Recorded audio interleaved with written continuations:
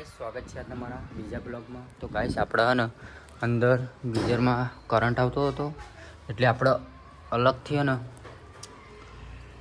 આપણે અર્થિંગ મેળવાનો હતો. તો ગાઈસ અહીંયા ને અંદર શોર્ટ આવે છે તો અર્થિંગ મુકાવવાનો છે. તો ગાઈસ પેલી બાજુ બહારના ભાગમાં ને અર્થિંગ મેળવાનો છે. તો આ બાજુમાં અહીંયા અલગથી અર્થિંગ મૂક્યું છે.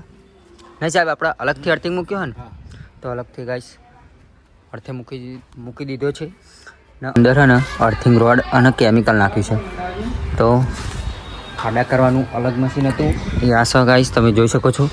આ પાઇપ ને પાછળના ભાગમાં ગોળ આકાર છે કે જેથી કરીને સરળતાથી માટી બહાર નીકળી જાય છે.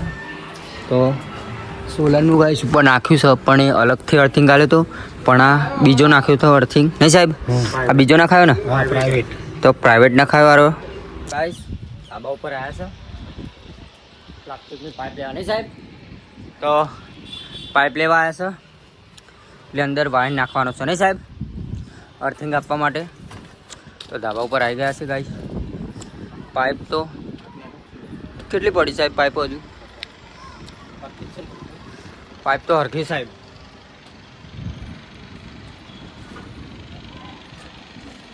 પાઇપ હરખી છે.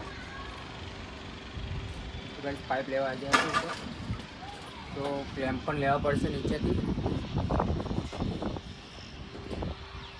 સાહેબ એક લેવાની પાઇપ કઈ એક પાઇપ લઈ લઈએ.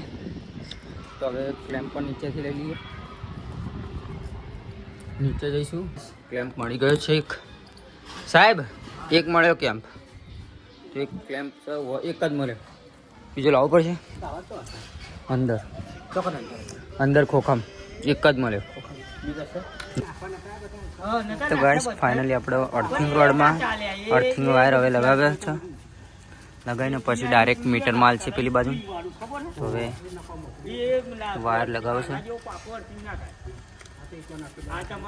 વાયર લગાવી દઈએ પછી ડાયરેક્ટ મીટરમાં વાયર આપશે પેલી બાજુ. તો મીટરમાં વાયર આપી દેશે કે જેથી કરીને અંદર ગીઝરમાં શોર્ટ ના આવે. તો ગાઈસ ફાઇનલી અર્થિંગ આપી દીધો ને? નહીં, અર્થિંગ આપી દીધો ને? તો અર્થિંગ આપો છો તો આપણે એલ્બા ફરીથી લેવા જવું પડ્યું. નહીં સાહેબ? તો ગાઈસ ફરીથી આપણે એલ્બા લેવા જવું પડ્યું. તો હવે વાયર કાઢે છો બહાર એલ્બામાંથી, પેલી બાજુમાં આપશે વાયર. પછી મીટરમાં અર્થિંગ આવવાનું ચાલુ છે મેન સ્વિચમાં. તો આપણે અહીંયા પાઇપ લઈ જવાની નીચે.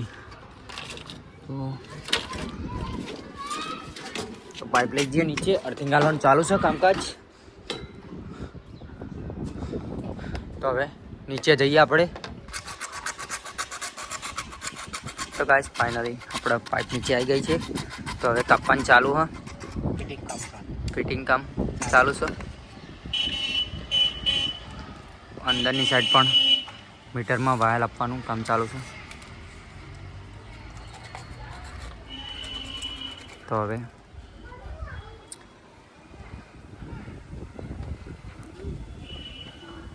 અંદર પણ જોઈ શકો છો પણ વાયર આપી ચૂક્યા છે.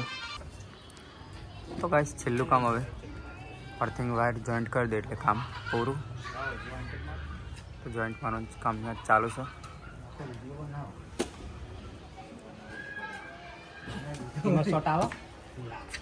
ગાઈસ અર્થિંગ આલવાની ચાલુ છે કામકાજ.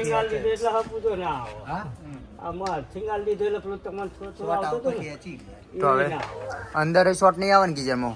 ડન એકદમ. તો ગીઝરમાં જોઈ લેજો.